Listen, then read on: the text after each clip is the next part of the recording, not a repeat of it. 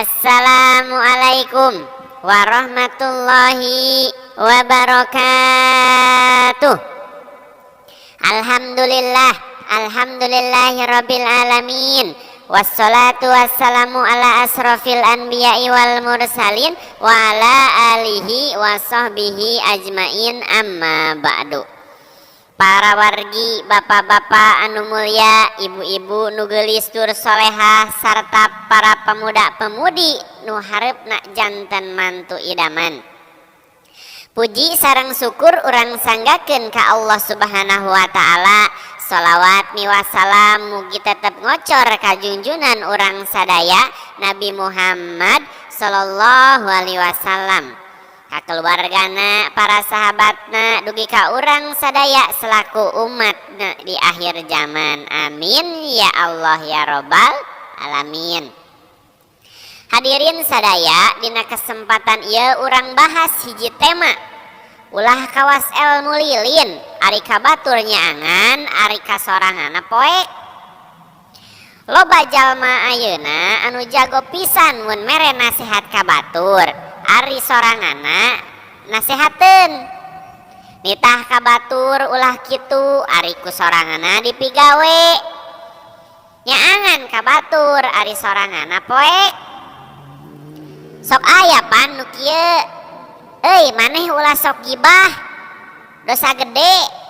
Padahal manehna karek rengse ngagosipkeun tatangga ti jam 8 isuk nepi ka adzan lohor. Kudu husu salat teh, ulah gurung wusuh, tapi pas maneh salat bebelesatan jungkelik jungkedang mikum-mikum gajleng. Nasihatna mah ih da caang pisan, pikeun surga tapi manehna sorangan lempang na leungit dina kapoekan. Ieu nu diibaratkeun ilmu lilin teh wargi. Tah supados lain ngan saukur heureuy urang tingali dalilna tina Al-Qur'an. Kaburo maktan indallahi ang taqulu ma la taf'alu. Pangbadag-badagna kabenci di sisi Allah nyaeta anjeun ngucapkeun naon anu ku anjeun teu dilakonan. Tuh Allah ge mika benci jalma anu omongna doang gede tapi kalakuanna eueuh. Supados urang langkung paham, hayu urang buka dina kitab anu parantos diaos ku urang sadaya. Dina kitab Riyadus Shalihin karya Imam An-Nawawi, dina bab nasihat tur amar ma'ruf nahi mungkar, aya hadis riwayat Bukhari Muslim. Gitu Rasulullah SAW ngandika yen dina poe kiamat engke aya jalma anu dilemparkeun ka jero neraka, peujitna dikaluarkeun, terus manehna muter-muter kawas keledai muterkeun gilingan.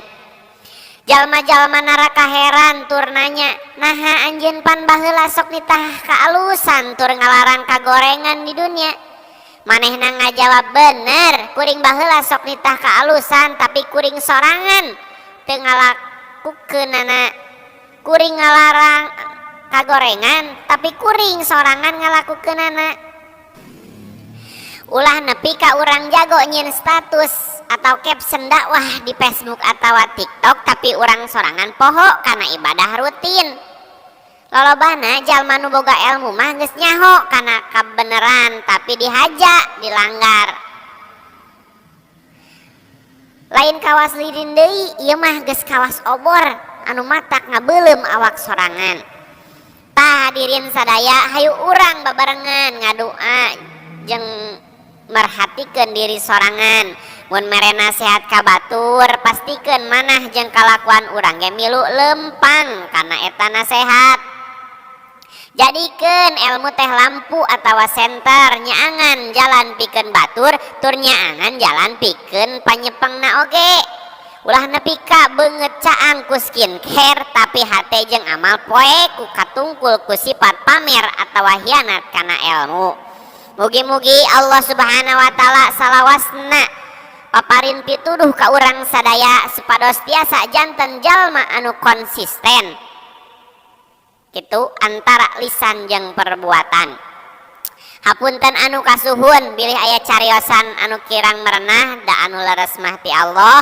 anu lepat mah murni tisim kuring anu masih keneh diajar. Wabil ahi topik wal hidayah. Wassalamualaikum warahmatullahi wabarakatuh.